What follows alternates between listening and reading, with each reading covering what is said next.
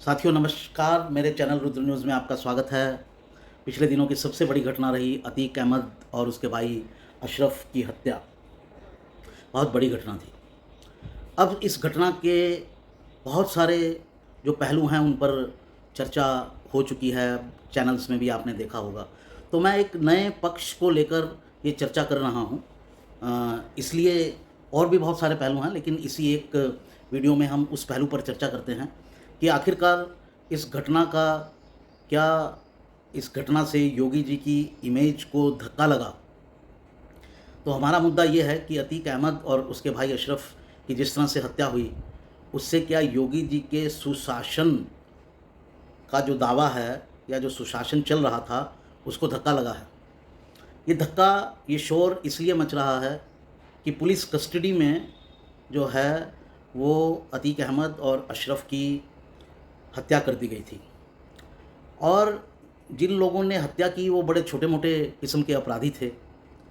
तो सवाल ये उठ रहे हैं कि मेन फ्रंट जो है वो चाहे ये तीन लोग हों, लेकिन इनके बैकग्राउंड में कौन है, और इस पर भी काफ़ी चर्चा हुई है। और ये एक मौजू विषय भी है, और ये सरकार के लिए भी जानना ज़रूरी है कि इन माफियाओं के पीछे ये कौन सा माफिया है, या इन बाहुबलियों के पीछे ये कौन सा बाहुबली है जिसने इन दोनों बाहुबली भाइयों की हत्या करवा डाली, और वो भी उसे गैंगवार का रूप देकर, या उसे बड़े अननोन लोगों से ये काम को उसने अंजाम दिलवाया।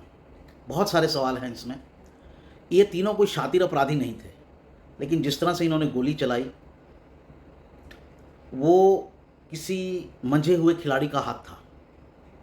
दूसरी बात, ये तीनों अलग अलग जगह रहते हैं और तीनों एक दूसरे को नहीं जानते हैं। तो इन तीनों को कौन साथ लाया, और साथ लाकर उसको कब ट्रेनिंग दी, और कब उनको उनका मोटिव बनाया गया, उनको कब जो है वो इंस्टिगेट किया गया या मोटिवेट किया गया इस हत्या के लिए, क्या कारण था उसका। तो इन सवालों के जवाब जो हैं वो अभी अधूरे हैं। जिन पिस्टल का उन्होंने प्रयोग किया वो भारत में उपलब्ध नहीं है, वो बैन है इंडिया में। तो वो पिस्टल कहाँ से आई? पिस्टल जो है वो महंगी पिस्टल हैं, 6 से 8 लाख रुपए तक की। तो वो उसका खर्चा किसने उड़ा, क्योंकि इन लोगों की कैपेसिटी में तो नहीं है कि ये जो हैं ये इस तरह की पिस्टल खरीद सके। तो ये कुछ सवाल हैं जिनके अभी जवाब उपलब्ध नहीं हैं, और जो जुडिशल कमीशन बैठा है वो इनके सवाल खोजेगा। और इसके पीछे का जो माफिया है, जो पीछे इन तीनों लड़कों के पीछे जिसने ये सारे काम करवाए, इन तीनों को इकट्ठा किया, इनको मोटिवेट किया, इनको ट्रेन किया और इनको हथियार दिए, ये कौन लोग हैं इसका पता करना ज़रूरी है। पुलिस की भी काफ़ी खामियां रही इस पूरे मामले के अंदर। पुलिस के जो स्टैंडर्ड प्रोसीजर्स हैं उनको फॉलो नहीं किया गया। रात के समय हॉस्पिटल में लाया गया।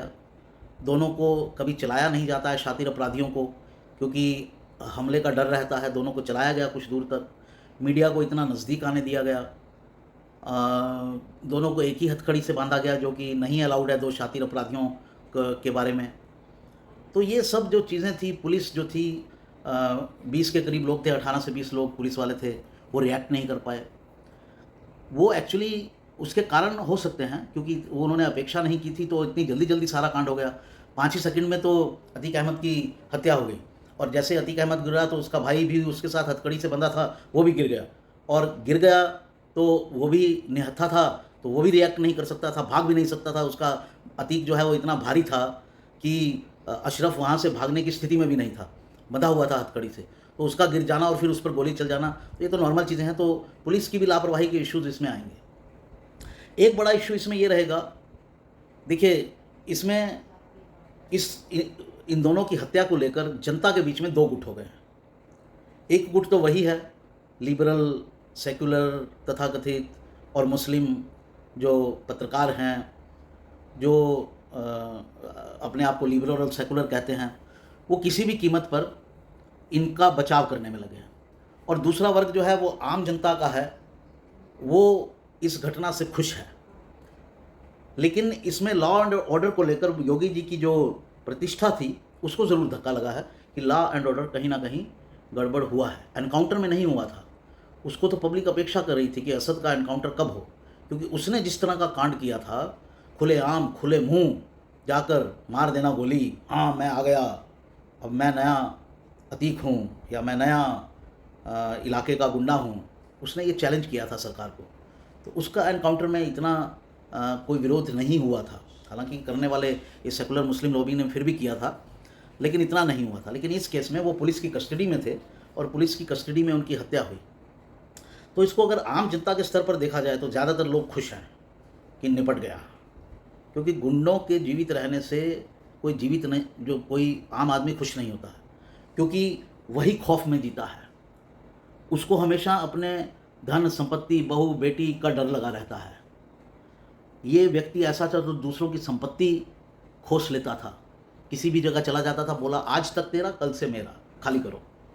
तो इस तरह के आदमी की हत्या होना, वो किसी भी माध्यम से कि को मारा जाना, किसी भी तरीके से, चाहे हत्या से चाहे एनकाउंटर से, किसी भी तरीके से लोग मीन्स को नहीं देखते हैं। लोग जो है वो देखते हैं कि जो मारा गया है वो कितना बड़ा शातिर था और वो कैसे गैरकानूनी काम कर रहा था।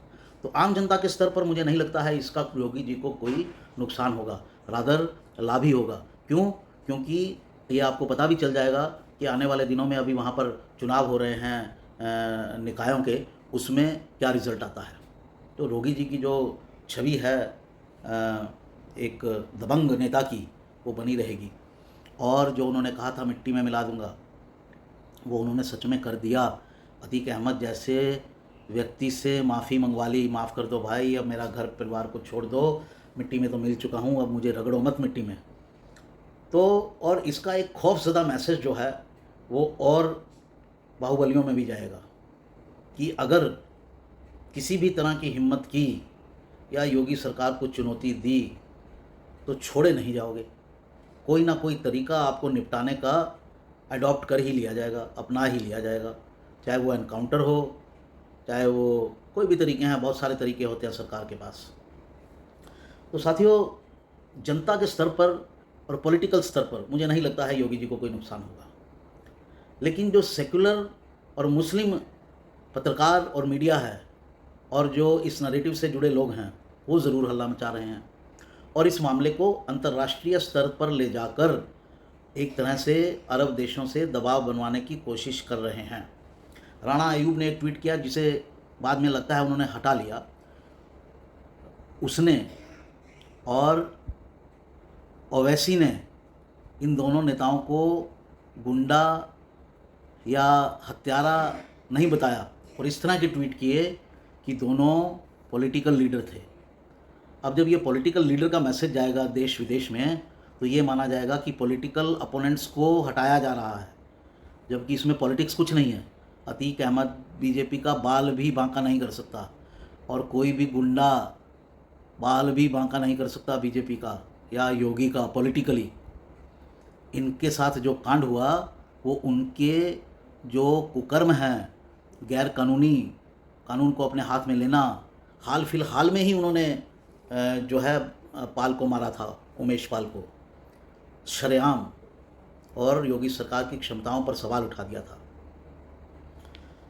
तो एक गलत नैरेटिव इस सेकुलर और मुस्लिम मीडिया और नैरेटिव धारकों द्वारा किया जा रहा है। ये अपने आप में एक बहुत बड़ा खतरा हो गया है, ख़ास तौर से हिंदुओं के लिए और हिंदुओं के नेतृत्व के लिए, क्योंकि ये संघर्ष जो है वो धीरे धीरे दोनों समुदायों में बढ़ रहा है।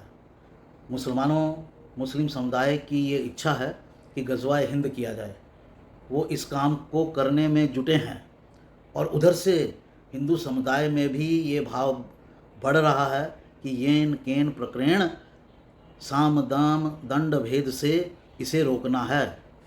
आप समझिए, ये तीनों लड़के हिंदू अपर कास्ट के थे और बच्चे जैसे थे, इनका मोटिवेशन क्या रहा होगा? कोई ना कोई तो मोटिवेशन था।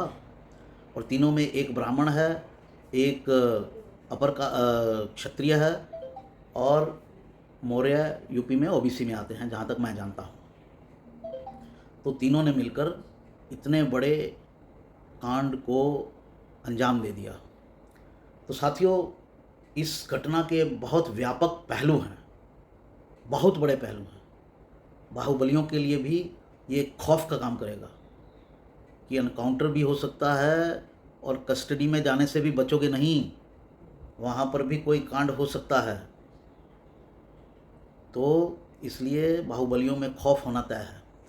दूसरा, योगी प्रशासन किस तरह से अब इस एक धब्बा जो लगा है उनकी इमेज पर कि लॉ एंड ऑर्डर जो है वो पूरी तरह से दुरुस्त नहीं है, उसको कैसे दूर करते हैं। और तीसरा, इसकी राजनीतिक जो इसमें रूप लिया गया है, राजनीतिक रंग इसको जिस तरह से दिया जा रहा है, हिंदू वर्सेस मुस्लिम, कि मुस्लिम को मार दिया अखिलेश यादव और उनके चाचा राम गोपाल यादव तो इसमें जुट गए हैं, उसका क्या असर उनको देखने में मिलता है निकाय चुनाव में। तो एक पहलू ये भी है और इसके अंतर्राष्ट्रीय असर भी हैं। इसलिए माना जा रहा है कि बीजेपी की सेंट्रल गवर्नमेंट जो है वो थोड़ी नाखुश है कि ये घटना कैसे हो गई। इसका असर उनको थोड़ा झेलना पड़ सकता है। तो कुल जमा जो है वो पूरे इशू का जो पर्सपेक्टिव है वो ये है कि इसके क्या क्या अंजाम होने हैं। अभी इस पूरी घटना के अंदर अतीक अहमद की पत्नी जो फ़रार है, योगी गवर्नमेंट उसको कैसे ट्रीट करती है ये देखने वाली एक चीज़ होगी। गुड्डू मुस्लिम जो लास्ट कर्नाटक में बताया गया था और अपुष्ट खबरें हैं कि कर्नाटक में पकड़ा गया है, बहुत क्लियर नहीं है क्योंकि मीडिया बहुत फर्जी खबरें भी चला रहा है। अतीक अहमद की पत्नी को भी बता दिया गया था कि वो अतीक अहमद के दफन करने के दौरान आई थी, लेकिन बाद में कोई वो और निकली, कोई और महिला थी वो। तो गुड्डू मुस्लिम का क्या होगा, एक मुद्दा ये है। अतीक अहमद की पत्नी के साथ कैसे ट्रीटमेंट किया जाएगा, एक मुद्दा ये है। कुछ और जो बचे हुए भागे हुए लोग हैं उनका क्या होगा। अतीक की जो संपत्ति है जो उसने अवैध तरीके से बनाई है वो उसका क्या होगा। जो पैसा उन्होंने लोगों की ज़मीन का हड़प लिया है उसका क्या होगा। ये मुद्दे अभी शेष हैं। और सबसे बड़ा मुद्दा जो शेष है वो है कि जो जुडिशियल कमीशन बनाया गया है, न्यायिक आयोग बनाया गया है, वो अपनी क्या रिपोर्ट देता है। वो इस घटना की तह तक जा पाता है या नहीं जा पाता है, क्योंकि उसे 3-4 चीज़ों की तरफ ध्यान देना होगा। पुलिस की लापरवाही क्या हुई इसमें, और इस घटना को, इन 3 लड़कों को साथ लाने वाला कौन था, हथियार देने वाला कौन था, ट्रेनिंग देने वाला कौन था और मोटिवेट करने वाला कौन था। और इस पर तमाम तरह के सवाल उठ रहे हैं। वो कोई भी हो सकता है, बहुत बड़ा सफ़ेद पोश भी हो सकता है ये। और वो सफ़ेद पोश ऐसा भी हो सकता है जो लोग आज सबसे ज़्यादा रुदन कर रहे हैं, हो सकता है उन्हीं में से कोई निकले। क्यों? क्योंकि सबसे ज़्यादा तो एसोसिएशन उन्हीं के साथ रहा है और सबसे ज़्यादा अंदर की बातें तो उन्हीं की जानते हैं वो। तो सफ़ेद पोश कोई भी हो सकता है जिसने अपने राज छिपाने के लिए इन लड़कों को तैयार किया कि अतीक अहमद और उसके भाई अशरफ को निपटा दिया जाए। तो साथियों, आने वाले दिन बहुत गहन होंगे, देखने वाले होंगे कि आयोग किस निष्कर्ष पर पहुंचता है और उन लोगों के साथ क्या किया जाता है, आगे इसकी परतें क्या खुलती हैं और कौन है वो लोग। और बाबा के राज में ये उम्मीद की जानी चाहिए कि वो उस शख्स का, उस गिरोह का, उस व्यक्ति का, उस सफ़ेद पोश का जो राज है वो खुलेगा और उसके खिलाफ एक्शन भी होगा। साथियों, ये था मेरा एनालिसिस। पिछले कुछ दिन मैं कहीं व्यस्त था तो आप लोगों के साथ नहीं जुड़ पाया, लेकिन अभी की स्थिति जो है वो ये है और इस खबर पर नज़र बनाए रखने की ज़रूरत है, जो मैं बनाए रखूँगा। और जो भी इसमें नई नई घटनाएं होंगी, नए नए जो रिविलेशंस आएंगे वो आपके सामने लाने का प्रयास करता रहूँगा। नमस्कार। उम्मीद करता हूँ मेरा ये